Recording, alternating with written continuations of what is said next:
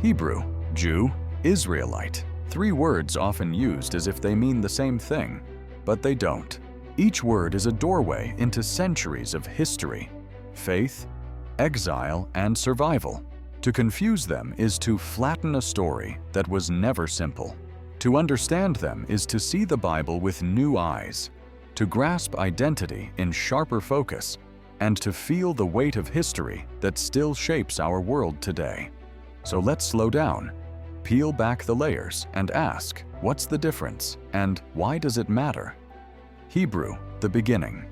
Our journey begins with one man, Abram, later renamed Abraham.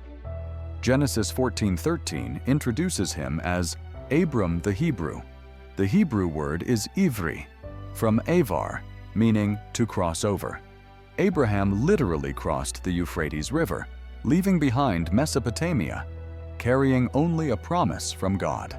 That's what Hebrew first meant. Not a nation, not a kingdom, but a family that had crossed over, set apart by covenant. In Exodus, the word still echoes. Pharaoh commands the killing of Hebrew baby boys. Moses kills an Egyptian beating a Hebrew slave. It's not politics yet, not temple or priesthood. It's simply identity, a people on the move, a people defined by God's promise. Think of it this way: Hebrew is the seed, small, fragile, but carrying the potential of nations. Israelite, the nation born. But the seed grows. In Genesis 32, Abraham's grandson Jacob wrestles with God and is renamed Israel, one who strives with God. His sons become the fathers of 12 tribes. From here, the word shifts. They are no longer just Hebrews, they are Israelites, a nation bound by covenant, law, and land. Exodus tells of their deliverance from Egypt. Numbers organizes them tribe by tribe. Deuteronomy renews their covenant. For a time, unity holds. Under Saul, David, and Solomon, Israel is one kingdom. But cracks appear. After Solomon, the kingdom splits, north and south. 10 tribes form the northern kingdom, still called Israel. 2 tribes, Judah and Benjamin, form the southern kingdom, centered in Jerusalem. Then comes catastrophe.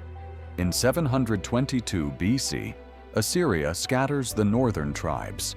In 586 BC, Babylon destroys Jerusalem and exiles the south. To be an Israelite was to belong to a nation, to a tribal structure, to God's covenant as His people. But when nation and land crumble, what happens to identity? This is where Jew enters the story. Jew, exile, and return. Jew comes from Judah, Yehuda. When the northern tribes vanished, only the southern kingdom remained. Judah, Benjamin, and Levites. So survivors became Judahites. In exile, outsiders called them Yehudim, Jews. The word marks a shift. Israelite was tied to nationhood. Jew emerges in exile, a people without land, but still bound to God. Ezra 4:12 speaks of the Jews who came up from you. In Esther, Haman plots to annihilate the Jews. In the New Testament, Jesus is called a Jew by the Samaritan woman. Out of exile, something new forms, Judaism. No longer only about temple and kingship, identity is preserved through Torah, Sabbath, circumcision, worship. By the time of Jesus, Jew is the common word. And though not all Israelites were Jews, the word became the banner of survival. Jew meant not just ethnicity, but also religion, a faith strong enough to outlast exile, empire, and centuries of wandering. Overlaps and confusions. And here's where we stumble today. Hebrew is not Jew. Hebrew refers to the earliest family identity of Abraham. Jew is a much later title, born of Judah's survival. Israelite is not Jew. All Jews are Israelites, descendants of Jacob, but not all Israelites became Jews. 10 tribes scattered, lost to history. An Israeli is not Israelite. An Israeli is a modern citizen of the State of Israel, founded in 1948. Think of it this way: Hebrew is the seed. Israelite is the tree. Jew is the surviving branch that carried on after exile. Why this still matters?